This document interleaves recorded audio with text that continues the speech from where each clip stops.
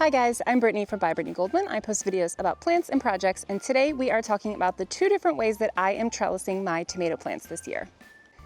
That is, if I can film before this storm rolls in. I don't know if you can see behind me, but it is thundering off in the distance, which means it's cooled off a little bit, so I decided it was a great time to come out here and film a video. So we will jump right into the first method I'm using, and that is using these A-frame trellises. Now, I love these metal powder-coated A-frame trellises because they're super sturdy and they have some little rust spots. I mean, we've had them for several years now out in the elements, but overall they have held up incredibly well, and I do not believe that we will stop using these for several more years at the rate that they're aging. So I love using these for my determinate tomato plants. Here I've got, I think, 5 Roma tomato plants in here. And I like these for my determinate tomato plants because they tend to be a little bit more bushy and don't need as much vertical support. Now, I've heard this question a lot. How do I remember the difference between determinate and indeterminate tomato types? And what really is the difference? So determinate tomato types, the easiest way for me to remember them when I was first getting started was that determinate tomatoes have a determined maximum size. So they're going to be your bushier, smaller tomatoes. They still produce a lot of tomatoes, but they don't necessarily need as much vertical support as an indeterminate tomato plant would. An indeterminate tomato plant can just grow and grow and grow and grow if it is happy. So one year I did try out these A-frame trellises on indeterminate tomato plants, and they did really, really well for like 1 month. And then it just became so unruly. They were flopping over. They did not have enough support on either side. It just got too crazy. I also couldn't really access all of the fruits. The airflow was really bad, and I was just pruning willy-nilly because I couldn't see exactly what I was doing. So as my plants get bigger and need to be secured to anywhere on this trellis, I just use a little piece of twine to tie it loosely in place. And then if there is a weird area, like you can see I have a random metal T-post here, and then I have a little bamboo pole down in the middle here. If there's like a random area that I'm not quite able to tie up for support to the A-frame trellises, then I will just stick something random in and tie it up like this, and then try to guide the plant back onto the trellis if I can. But overall, I've only had to add 2 other supports for these A-frame trellis determinate tomatoes, and I find that these are super duper sturdy. They don't blow over, they don't lean, and if you don't want to grow a ton of tomatoes next year, you can use these for a lot of other things, whereas I find that the more traditional circular tomato cages that a lot of people get when they first start out gardening are not only like super flimsy and they flop over, but there aren't as many things that you can use to grow them on. Now, the other way that I am growing my tomatoes this year, I'm super excited about. You can see it behind me. It's using a very traditional pole method. So when I say very traditional, I mean I am growing my indeterminate tomatoes up a pole. I'm not growing them up a cage. I'm not growing them up a large trellis. I am growing them each up a pole.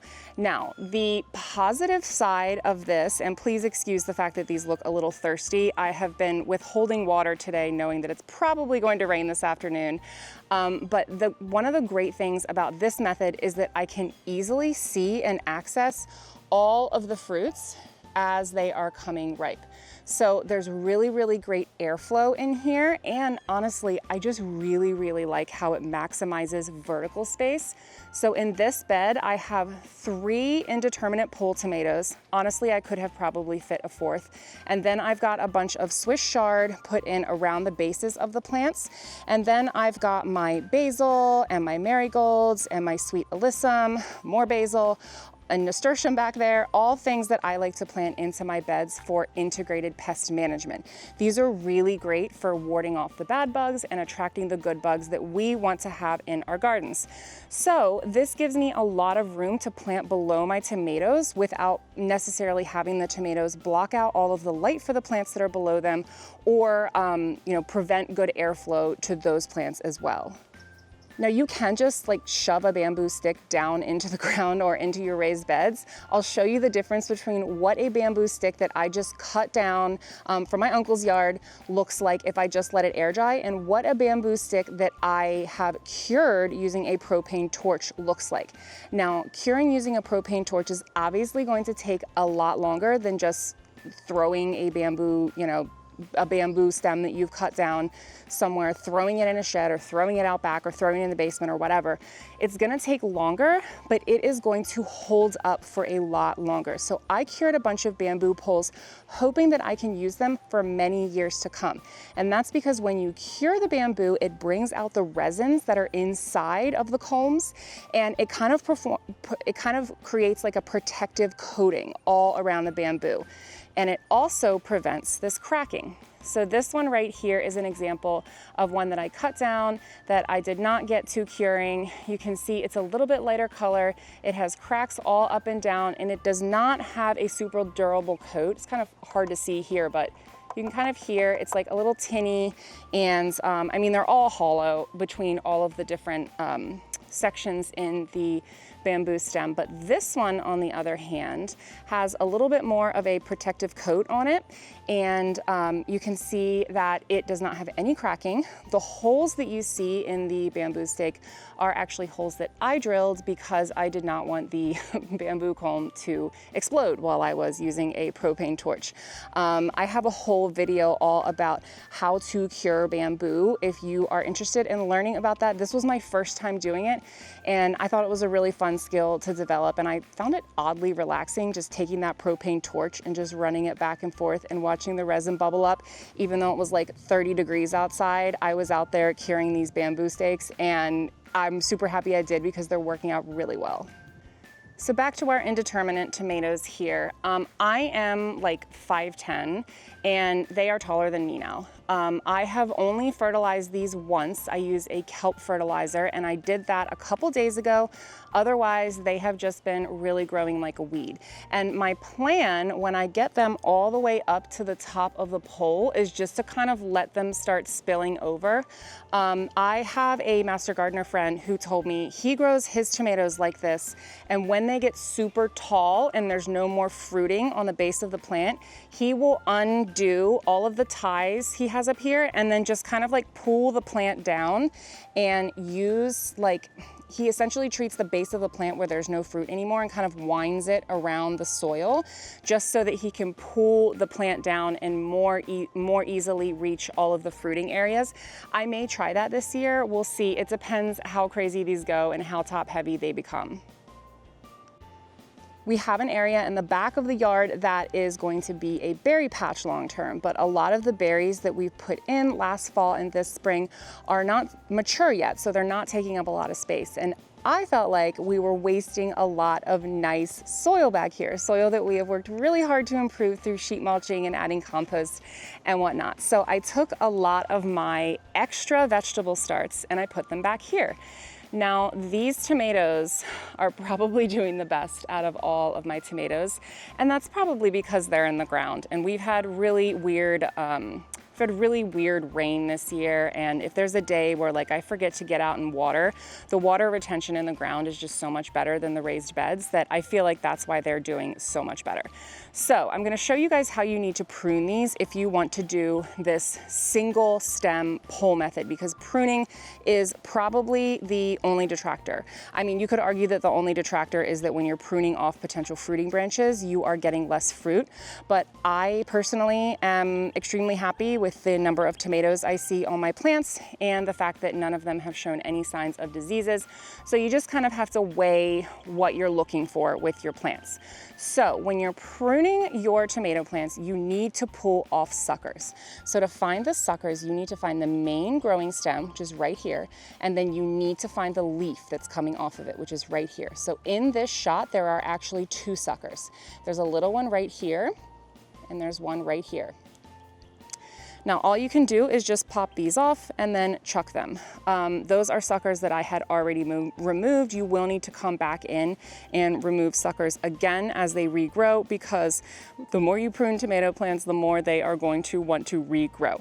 Now I'll show you guys an example of a sucker that I missed. And now it is quite large. It is turning into its own fruiting branch. And let's see if you can figure out which one it is. If we look at the plant from back here, you can kind of tell that that branch right there, isn't that kind of looking a little bit side heavy? So I saw that from across the yard a couple days ago and I realized, damn it, I forgot to prune that sucker. I forgot that one. So you can tell that it is an actual sucker because it is growing from the main stem, between the main stem and this leaf. So the sucker itself will just eventually turn into what is really just another tomato plant growing off of your main tomato plant stem. So this will create fruits itself. This will continue to grow and grow and grow. So it's fine right now because it does not need any support. But if I choose to keep this branch, which, you know, I probably will, I might, what I'll have to do eventually is come in here and either add another pole or add some sort of support. Because as this branch grows and as the fruit develops, it's going to get heavy and eventually it's just going to snap right off of here. So you can see why pruning is so important with this single stem growing method. And it's not a huge deal if you miss one because you can come in and prune it off even when it is that size, but it is best to prune them off when they are this size or smaller, just so that the plant can put its energy into developing fruits on the fruiting branches that you want and not into the suckers. Now, one more quick downside to highlight for growing tomatoes in this way up a single pole is if you have a variety that has super duper heavy fruiting branches. So this is an example. This is one fruiting branch, which is insane. This is not a sucker. This is one fruiting branch. This is my GMO healthy purple tomato. I can't remember what it's called. It's by Norfolk Healthy Produce, and they are the first genetically bioengineered seeds available to home gardeners. They are, just search the purple tomato and you'll find them. I'm gonna do a whole video about these plants. I thought they would be really fun to try out this year because I am a super science-minded person and I wanted to see what they were all about. So I went in with one of my husband's friends and we split a packet of seeds since they are kind of pricey.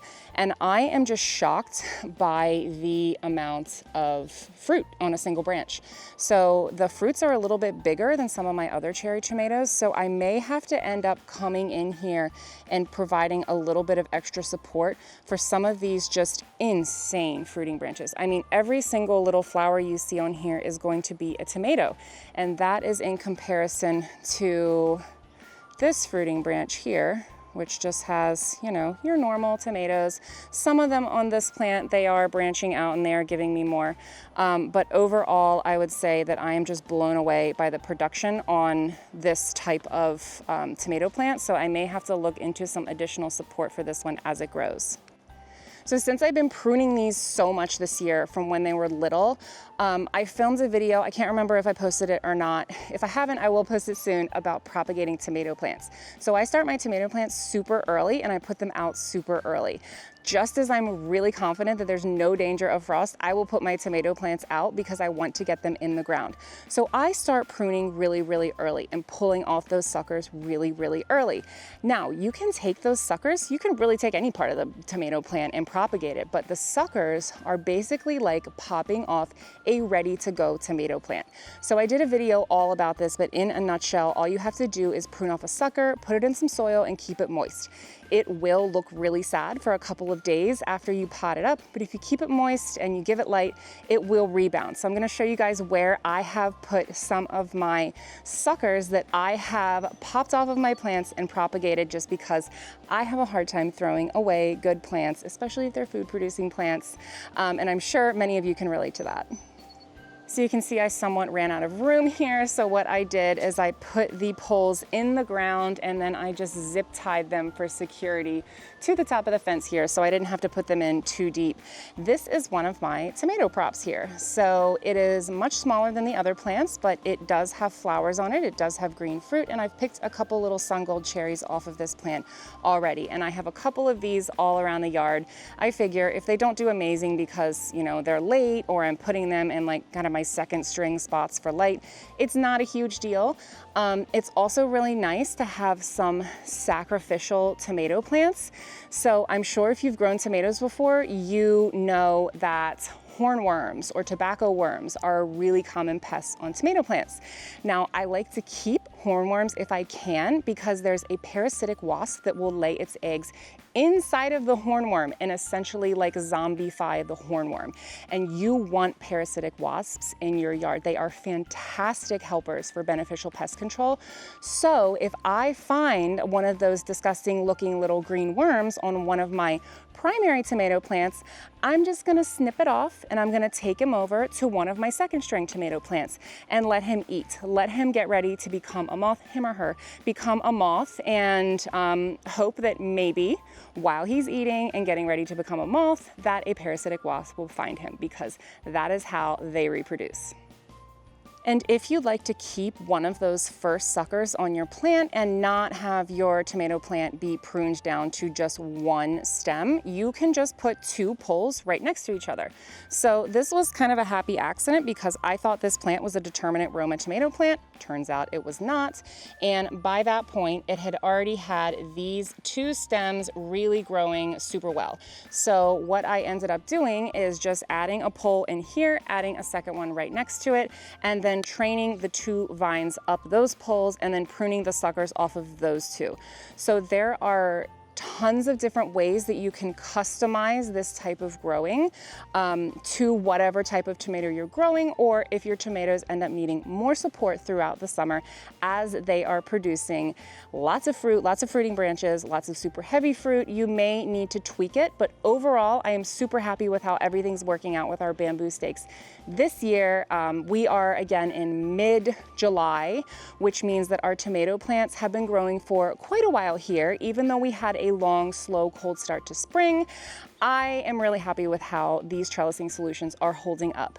Now, whatever I use to trellis, I know that tomatoes are going to be insane by like the end of August. So as long as they stay manageable through like early to mid-August, I am happy. All right, I hear thunder off in the distance. It is coming closer, so that means I need to wrap up talking about trellising tomatoes now. I hope you guys found these tips helpful. I hope you found them practical. And if you want to try out either of these methods and have questions as your plants are getting bigger this year, please just drop a comment below and I will get back to you as soon as I can. Until next time, happy planting.